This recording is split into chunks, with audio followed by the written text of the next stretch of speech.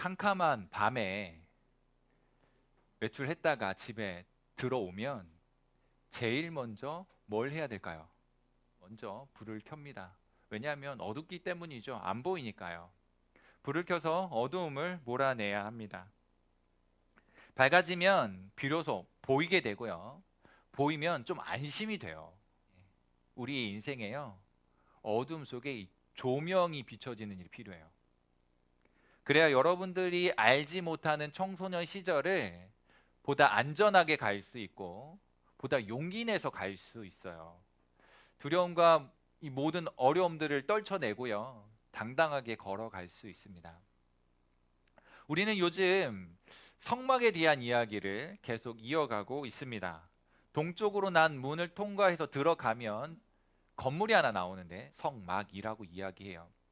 앞쪽을 성소라고 이야기하는데 성소에는 세 가지 기구가 있어요. 먼저 진설병상이 있고요. 그 다음에 분향단이 있습니다. 하나는 뭘까요? 그것을 오늘 이야기하려는 거예요. 등잔대가 있습니다. 그렇게 성소 안을 통과해서 휘장을 열고 안 지성소로 들어가면 언약궤가 있고 언약궤 위에 시은소 혹은 속죄소가 있어요. 바로 그곳에서 하나님의 임재를 경험하게 됩니다. 쉽게 말하면 하나님을 만나는 곳이에요. 밖에서 보면요, 그냥 볼품없는 가죽이에요. 별로 이렇게 예뻐 보이지 않습니다. 그러나 성막 문을 열고 성소 안으로 들어가면 거기는 온통 금으로 싸져 있는 울타리 벽이 있고요. 그리고는 천정에 예쁘게 수놓아진 천사가 있으니까 안으로 들어가면 화려한 거예요. 아름다운 거예요. 밖에서는 볼 수 없었던 아름다움이 성막 문을 열고 들어가면 비로소 아름다움을 발견하게 됩니다. 예수님이 겉모습을 볼 때는 사람들이 볼 때는 세상이 볼 때는 볼품없고 별로 아름다운지 모르지만 예수 그리스도 안으로 들어가면 비로소 아름다움이 발견되는 거예요. 예수님의 외모뿐만 아니라 예수님께서 이 땅에 오셔서 행하신 그 사역이 아름답고 예수님께서 우리를 향하여 베풀어 주신 그 은혜가 아름답고 끝까지 나를 안아주시고 사랑하시는 그 사랑이 아름다운 거예요. 그런데 세상 사람들이 그걸 모르거든요. 성소 안으로 들어가면 먼저 진설병상이 있다 그랬는데 진설병상이 뭐라 그랬죠? 예수님 혹은 하나님의 말씀 혹은 예수님의 말씀 뭐 이렇게 이야기했습니다. 그 예수님을 믿어서 구원에 이르게 되는 것이고 그 놀라운 신비와 원리가 이 말씀에서 드러나는 거예요. 그 말씀이 어디에 있어요? 성소 안에 있습니다. 예수 그리스도 안에 있어요. 그게 전부가 아니죠. 앞에 분향단이 있었는데 분향단은 예수님께서 우리를 위하여 저 하나님 보좌 우편에서 중보기도 하시는 그 모습을 상징한다라고 이야기했어요. 지금도 우리를 위해서 그렇게 간구하고 계시는 예수님의 모습, 그 모습이 아름다운 거예요. 뿐만 아니라 그 예수님을 본받아서 우리도 기도하는 사람이 되어야 한다라고 이야기했죠. 말씀과 기도가 성소한 하나님과의 깊은 교제 안에서 경험되고 깨달아지는 거예요. 이것이 하나님의 임재이고 하나님의 말씀이고 이것이 하나님께 하는 기도라고 하는 사실을 누가 알 수 있을까요? 여러분들은 아세요? 매 주일이면 목사님이나 선생님들이 말씀을 가르쳐 줍니다. 그 말씀을 누가 깨달을 수 있을까요? 어두움 가운데 있으면 볼 수 없는 것처럼요. 성령이 우리에게 깨닫게 하지 않으시면 알 수가 없는 거예요. 그래서 오늘 등잔대에는요, 여기서 밝혀지는 빛을 우리는 성령이라고 상징하는데 성령이 우리에게 조명해 주실 때 이것이 하나님의 말씀이고 이것이 하나님께 드리는 기도이고 이 안에서 하나님의 임재를 경험하고 그 풍성함을 누릴 수 있다라고 하는 사실을 깨닫게 되는 거예요. 성령이 우리 속에 비춰주실 때 성령의 빛으로 우리를 조명하실 때 그것을 우리는 깨닫게 되는 겁니다. 알고 싶어 한다고 아는 게 아니고요. 성령께서 그 빛을 비춰주셔야 돼요. 그래서 오늘 그것을 이야기하려고 하는 거예요. 네 겹의 막으로 덮여져 있는 성막 안에는요, 창문이 없었습니다. 그러니까 외부에서 자연빛이 들어올 수가 없었어요. 그야말로 캄캄하죠. 이 어둠을 몰아내는 유일한 빛이 있었는데 그것이 바로 이 등잔대에서 비춰지는 불빛입니다. 하나님께서 순금으로 이 등잔대를 만들라고 했어요. 우리가 이 성경을 쭉 읽었는데 뭔 말인지 잘 모르겠잖아요. 그 말이 그 말인 것 같고 왜 말이 계속 반복되고 있는가 싶고, 근데 모양이 딱 이렇게 생겼습니다. 원 기둥이 있고요. 줄기라고 표현하는데 그 줄기가 있고요. 양쪽으로 세 개씩 가지가 뻗어요. 이 모양은 살구꽃 형상이라고 성경이 표현하고 있습니다. 그리고 꽃 모양이니까 꽃 받침도 있고요. 이것을 만들 때는요, 순금으로 만들어요. 이 만드는 방식이 독특합니다. 틀을 만들어서 금을 녹여서 거기에 부어가지고 만드는 게 아니고요. 그걸 주조라고 하죠. 주조 방식으로 만드는 게 아니고요. 큰 덩어리를요, 망치로 두들겨요. 다 두들겨가지고 줄기를 만들고 꽃잎을 만들고요, 받침을 만들고 이렇게 만드는 거예요. 쉬웠을까요? 어려웠을까요? 근데 정교합니다. 굉장히 정교해요. 큰 망치로 두들겼다가 정교하게 막 이렇게 뾰족한 걸로 두들기기도 하고 뭐 이래가지고 만드는 거예요.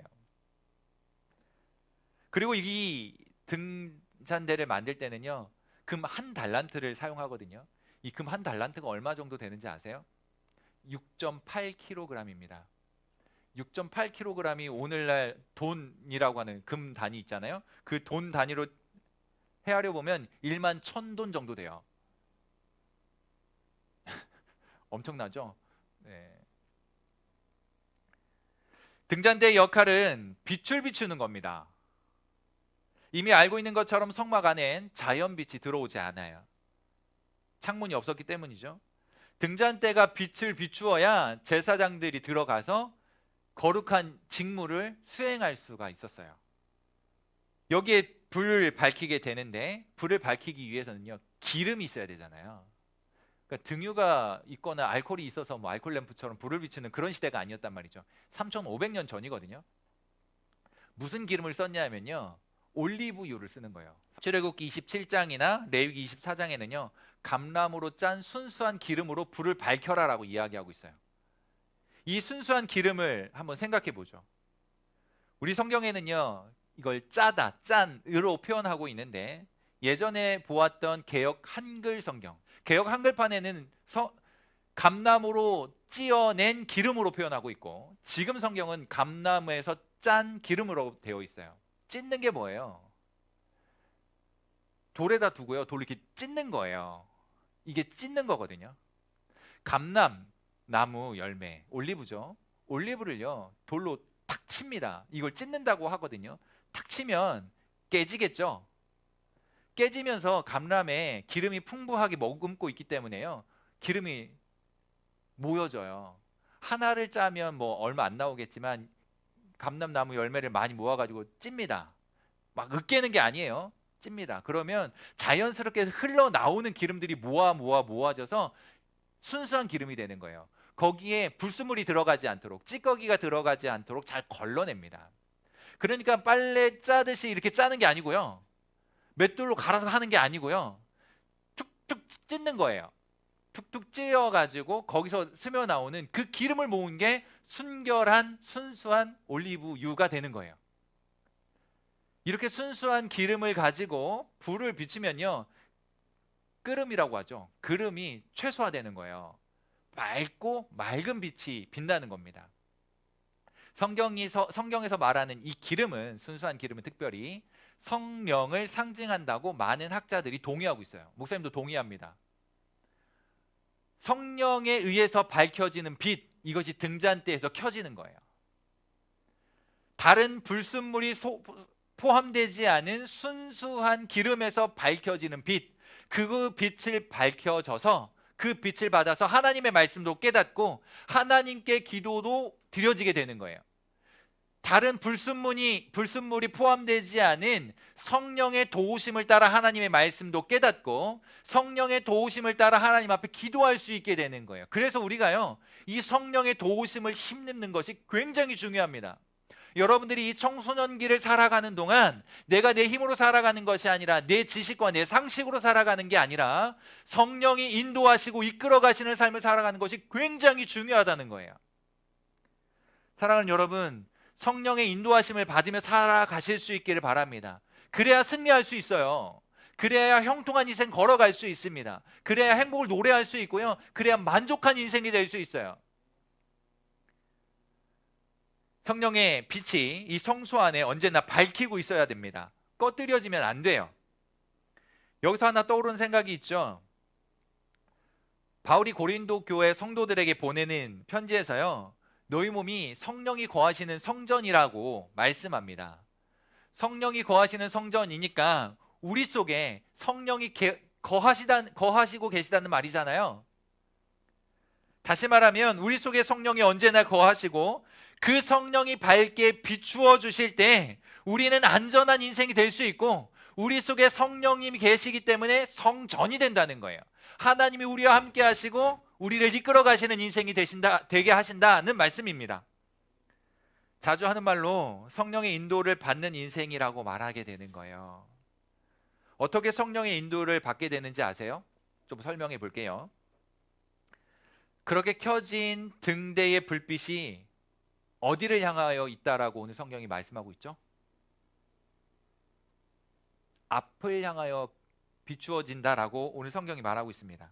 자연빛이 들지 않은 성소 안, 먼저는 전체적으로 빛나게 될 것이고요, 그 성소의 안에 아름다움을 보게 합니다. 예수 그리스도의 아름다움을 보게 하고요, 앞을 향하여 비추게 되니까 이 등잔대가 앞에는 무엇이 있었냐면, 등잔대 앞에는요 진설병 상이 있었어요. 그러니까 제일 먼저 이 성령이 비추는 것이 무엇이냐면 하나님의 말씀을 비추는 거예요. 하나님의 말씀을 비추어 주니까 이것이 깨달아지는 거죠. 우리가 하나님의 말씀을 그냥 읽는 것이 아니라요, 성령께서 조명해 주셔야 이것이 진짜 무엇을 의미하는지 알게 되는 거예요. 그래서 성경을 읽을 때 하나님 성령을 비추어 주셔서 깨닫게 해주세요 라고 하는 기도와 함께 성경을 읽을 때 이것이 더 분명하게 깨달아질 수 있습니다. 뿐만 아니라 그 옆에 휘장 앞이죠, 분향단을 비춥니다. 기도할 때 마찬가지, 내가 내 힘으로 기도하는 것이 아니라 성령의 도우심을 힘입어서 기도해야 된다는 거예요. 그런 것처럼 우리의 인생이 성령에 의해서 이끌려지는 인생이 되어야 한다는 겁니다. 예수 그리스도의 아름다운 성품이 성소 안에서 선명하게 드러나게 되는데, 이 등잔대가 없었다고 한다면, 이 불빛이 없었다고 한다면 보이지 않는 거예요. 그런데 이 불빛이 비추어짐으로 인하여 예수님의 아름다움을 보게 됩니다.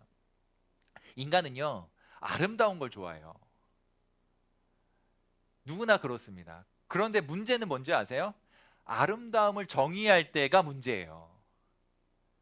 우리가 생각할 때 외적인 모양을 아름답다라고 생각을 하는데요, 성경은 한 번도 그렇게 그것을 아름답다라고 말한 적이 없어요. 눈에 보여지는 그런 아름다움이 아니에요. 성경이 말하는 아름다움은요 질서를 생각하게 만드는 아름다움이에요. 여러분들이 아름다운 이유는 쌍꺼풀이 있고 없고 키가 크고 작고에 따라 달라지는 게 아니고요, 하나님을 믿는 하나님의 자녀이고 하나님이 살게 하신 그 자리를 묵묵히 지키고 있을 때, 그 질서 안에 있을 때 진짜 아름다운 거예요. 이 예수 그리스도 안에서 그 아름다움은요 바로 그 질서를 보게 만드는 거예요. 부모님들이 잔소리하는 가장 대표적인 거 1순위가 뭐예요? 청소 좀 해라, 뭐 이런 거 아니에요? 청소 좀 해라. 왜 이렇게 지저분한? 근데 우리는 그게 전혀 문제가 되지 않잖아요. 두꺼운 책 좀 침대 삼고 베개 삼을 수도 있지, 그렇죠?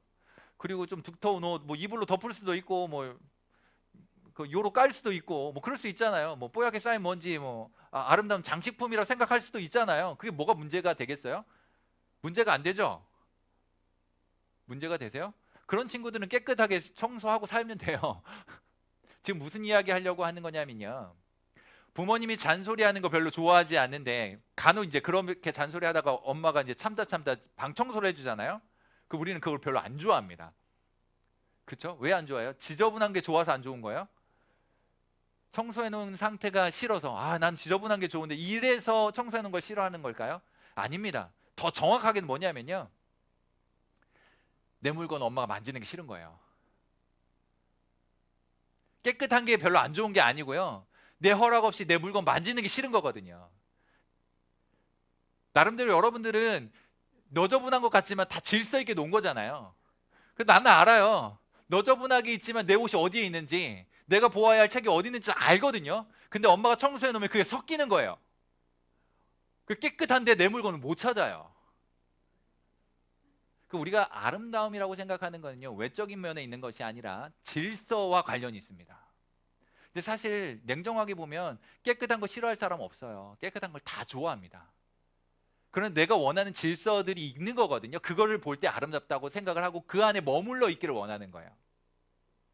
지저분한 친구 집에 갔는데 내 방하고 별반 다르지 않은 지저분한 모습을 보면서 아름답다라고 말할 사람은 없습니다. 왠지 아세요? 그건 내 질서가 아니거든요. 거기에는 내 물건이 없으니까. 그러나 내 방에 가서 내 물건이 어디에 있는지 잘 알고 있는 거, 그건 내 질서인 거예요. 자, 이해되시죠?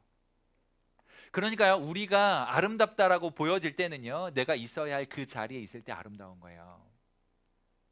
그러니까 예수 그리스도가 아름답게 여겨지는 건 그 질서 안에 들어갔을 때이고, 그 질서를 깨달을 때 아름답게 여겨지는 거예요. 예수님을 믿음으로 고백한다라고 할 때는요, 그 질서 안에 거하고 그 질서를 아름답게 인정하고 깨닫고 받아들일 때 되는 일들입니다. 그러니까 우리에게 필요한 게 뭐예요? 이 질서를 깨닫는 거예요. 근데 이 질서를 언제 깨달아요? 성령이 깨닫게 하셔야 깨닫는 거예요. 예수님이 아름답다라고 깨닫게 하셔야지만이 이것을 받아들일 수 있게 되는 거예요. 신앙의 세계가 그렇습니다.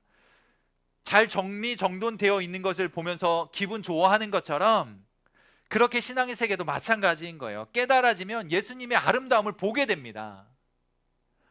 언제나 그것이 성령의 비추심을 따라 깨닫게 되는 거예요. 아직 어두우니까 이것이 아름다운지 모르는 거예요. 아직 그 빛이 비춰지지 않으니까 예수님이 진짜 나의 구원자인지, 예수 안에 진정 행복할 수 있는지 이걸 모르는 거예요. 하나님 안에서 친밀한 교제가 왜 필요한지를 모르는 거예요. 어두움이 물러가고 성령이 우리 가운데 빛을 비춰주시면 깨닫게 됩니다. 그러면 세상의 것들을 뒤로 하고요, 하나님이 가장 중요한 가치이고 예수 그리스도를 고백하는 것이 제일 중요한 것인 줄 알고 믿음대로 살게 되는 거예요. 그리고 그 믿음 안에서 살지 못할 때 후회하게 되고, 그 후회를 우리는 회개라고 말하는 거예요. 다시금 하나님께서 정해놓으신 질서 안에 들어와서 하나님이 기뻐하시는 그 길을 걸어가면서 비록 힘들고 어렵지만 그 길을 끝까지 지키며 살게 되는 그런 인생이 되는 것입니다. 성령이 비추시면 신기한 일들이 일어나는 거예요. 이런 일들이 일어납니다. 어떤 일들이 일어나는 줄 아세요? 성령이 우리 안에 역사되면요, 빛을 비춰주면요, 성경 읽고 싶어진다니까요. 기적이죠. 그동안엔 읽으라고 해서 읽었는데 성령이 우리 안에 임하시면 그냥 읽고 싶어져요. 이상하다, 내가 미쳤나 봐. 이런 일들이 일어난다니까요. 기도하고 싶어지고요, 예배당에 오고 싶어지고요, 막 선생님들이 생각나고요. 신기한 일이 일어난단 말이에요. 남들은 별로 재미없어 하는 일들이 즐거워지기 시작합니다. 그동안에는 예배드리는 게 힘겨운 일이었는데요, 성령이 함께 하시니까, 깨닫게 하시니까요, 이게 즐거운 거예요. 예배가 안 끝났으면 좋겠다고 막 이렇게 아우성이고, 왜 벌써 끝나나요? 그런 일들이 좀 일어났으면 좋겠어요. 그래서 설교 끝났는데 그냥 끝날 수 없습니다, 함께 찬양합시다 막 이러면서 여러분들이 먼저 막 찬양팀에 막 항의하고, 목사님 이대로 끝날 수 없다고, 이거 똑같은 콘티로 뭐 2번, 3번, 4번, 10번을 반복해도 좋으니까 뭐 또 하자고 막. 그러면 그걸 아니야 하지마 이렇게 말할 사람은 누가 있겠어요? 그렇게 한번 해볼까요? 성령이 여러분들 속에 빛을 비춰주시고 깨닫게 하시면요, 그런 일들이 일어납니다. 성소 안에 진설병상을 등잔대가 비추고 있는 이유가 있어요. 성소 안에 분향단을 비추고 있는 이유가 있습니다. 성령께서 우리의 말씀과, 우리가 보는 말씀과 우리가 행해야 하는 기도에 함께 하시는 거예요. 그렇게 기도할 힘을 주시고 기도 세계 속에서 하나님과 친밀한 교제를 누리게 하시는 거예요. 하나님의 말씀도 하나님을 향한 기도도 모두가 성령의 도우심이 필요합니다. 사랑하는 여러분, 성령의 도우심을 구하며 살아가셨으면 좋겠어요. 성령이 여러분들에게 비춰지면 보게 될 거예요. 예수 그리스도의 아름다움을 볼 것이고 하나님의 영원한 계약을 보게 될 거예요. 하나님의 뜻을 따라 기도하게 될 것이고요, 인생에 있어서 성령의 인도하심을 받게 될 거예요. 우리 그래야 살 수 있습니다. 성막이 언제 이스라엘 백성들에게 주어졌나요? 광야에 있을 때예요. 여러분 세상을 들여다보세요. 어둡지 않아요? 이거는 그냥 물리적으로 비춰지는 빛을 이야기하는 게 아니에요. 세상이 영적으로 보았을 때 암울하잖아요. 뭐 영적으로 나가지 않아도 그냥 심리적으로 또 심정적으로 보아도 깝깝하지 않아요? 우리 이제 고3들이 뭐 75일 정도 수능이 남아있다고 하는데 답답하죠? 수능 끝나면 모든 것이 끝나는 게 아니잖아요. 마치 수능 끝나면 인생이 끝날 것 같이 답답하지 않으세요? 여러분 무엇으로 힘을 삼고 무엇으로 용기를 삼으시겠어요? 수능 보고 시험 보고 성적 나온 것이 여러분들을 위로하지 않을 겁니다. 틀림없어요. 하지만 성령이 우리 안에 빛을 비춰주면요, 수능이 전부가 아니라는 걸 깨닫게 됩니다. 살아보니까 그게 정말 맞더라고요. 여기 있는 선생님들 다 마찬가지일 거예요. 겪어봤잖아요, 우리가. 그게 전부가 아니더라고요. 성적이 전부가 아니더라고요. 그 한번 실수해도 괜찮더라고요. 조금 돌아가는 것처럼 느껴질지는 몰라도, 조금 더 피곤할지는 몰라도, 힘들지는 몰라도 그게 전부가 아니더라고요. 그 여러분 낙심하지 마십시오. 포기하지 말고요, 성령에 붙들리면 돼요. 그래서 진짜를 볼 수 있으면 됩니다. 하나님을 깨닫게 되면 돼요. 하나님께서 빛을 비춰주시면 살 수 있는 거예요. 그러니 포기하지 마세요. 하나님의 임재를 경험하면서 밝은 빛으로 비추시는 인생을 살아가셨으면 좋겠어요. 광야 시대에는요, 성막을 중심으로 모여 살았어요. 그리고 성막이 움직이면 성막을 중심으로 진을 치기도 하고 움직여 가기도 하고 따라가기도 하고 그렇게 살았습니다. 하지만 오늘 우리의 성막은 어디에 있습니까? 광야에 있는 게 아니에요. 이 인생살이를 사는 동안, 청소년기를 살아가는 동안 우리의 성막은 성령이 비추고 계신 곳, 하나님의 말씀이 있는 곳, 그것이 교회라면 교회가 성막일 것이고, 여러분들의 가정이라면 여러분들의 가정이 성막일 것이고, 하나님의 임재가 있고 하나님의 말씀이 있고 그 말씀을 비추는 성령의 역사가 있는 곳이 여러분들의 성막이라는 거예요. 그 성막을 중심으로 하나님의 임재와 함께, 하나님과 함께 걸어가는 인생이 되셔야 합니다. 그래야 안전해요. 그래야 행복을 노래할 수 있어요. 꼭 그렇게 살아가실 수 있기를 바랍니다. 어두운 세상에서 오히려 방황하는 사람들에게 예수 그리스도를 드러내고 하나님의 영광을 드러내고, 그래서 여러분들이 만족한 인생을 살아내는 그런 청소년기가 되었으면 좋겠어요. 그렇게 그리스도의 제자이고 세상의 빛이 되어 온전히 하나님 기뻐하시는 삶을 살아내는 그런 청소년들 되실 수 있기를 주님의 이름으로 축복합니다.